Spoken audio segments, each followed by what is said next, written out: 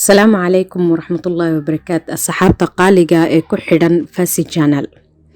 maanta waxaan inii wadaa qiso cusub oo title-keegu yahay nin iyo afartiisa xaas inta uun gudagelin qisada waxaan niga codsanayaa inaad subscribe saartaan si aad ula socotaan qiso walba cusub oo soo gelino bismillaah maalin cilmiladu qurxoon tahay jawigu aad u macaan yahay roob da'ay xaafadda dadkii ku nool dibadda u soo baxeen si ay uga faa'iideystaan cimilada qurxoon waxaa jirtay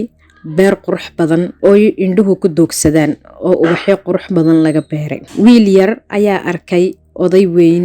oo weligood daris ay ahaayeen wiilkii yaraa uu ag fadhiistay odaygii markaasay waxay bilaabeen inay wada sheekaystaan jawiga cimilada quruxda badan wiilka yari wuxuu ahaa wiil teenager waqtigii teenagerka ku jiray imika uu bilaabmaysay nolosha 15 jir ahaa say u wada sheekaysanayeen ayaa wiilkii yaraa wuxuu damcay inuu ka faa'iideysto odaygan khibradda badan waayo waa qof weyn waxa waaye araga wuxuu doonay khibradiisa inuu ka faa'iideysto markaasuu weydiiyay su'aal wuxuu ku yiri markaan maqlo jacayl waxaan badanaa maqlaa wax ku saabsan daacadnimada odaygii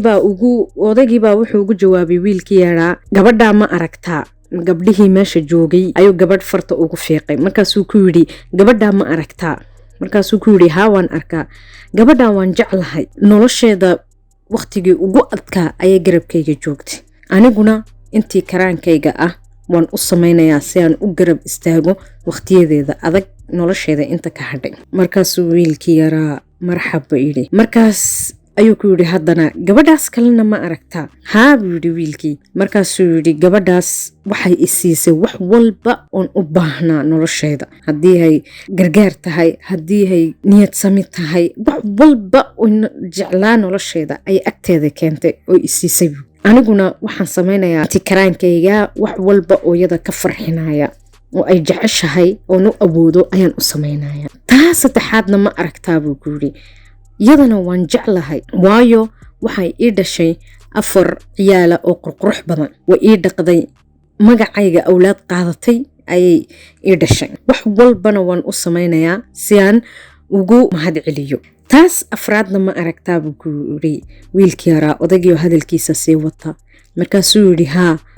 markaasuu ku yiri waxaan la qaatay taas nolosheeda intii ugu qurux badnayd ayaan agteeda ku qaatay sidaa darteed waxaan ku dadaalayaa inaan aniguna intaas iyo in lamida aan siiyo gabadhaas odaygii oo indhihiisa ka muuqataan cabaar kadib markuu sidaa ugu jawaabay wiilkii yaraa uu isku dardarsamay dhinacuu u qaadu garan waaye 40 dumara uu odaygu tilmaamayo odaygii baa indhihiisa intay dareen jacayl soo galay ayuu gabadhii sidaa u fiiriyay 4 gabdhood uu ku tilmaamayay gabadhii oo ubaxyada quruxda badan leh beerta daawanaysa oo ku raaxaysanaysa markaasuu wiilkii yaraa oo dhinacu sheekada u qaado garan la odaygii ku yidhi gabadhaas haddii gala hadlaysay eed eegaysid miyayna gabadhaada ahayn markaasuu ku yidhi haa waa gabadhayda laakiin markaad ii sheekaynaysay eed 4 gabdhood baad ii tilmaamtay meeday 3 gabdhood ee kale markaasuu ku yidhi wiilkaygii yaraayo gabadhaasaan kuu sheegayay isagoo dareen jacayl ku jiro oo indhihiisa ilini ku joogto ayuu ku yidhi gabadhaasaan kuu sheegayo waxay ii tahay wax walba micnaha dhinac walba 4 dumara kaaga sheegay iyadaa iga kabtay qisadan faa'iido ayaan ka soo saartay faa'iidadaas oo ah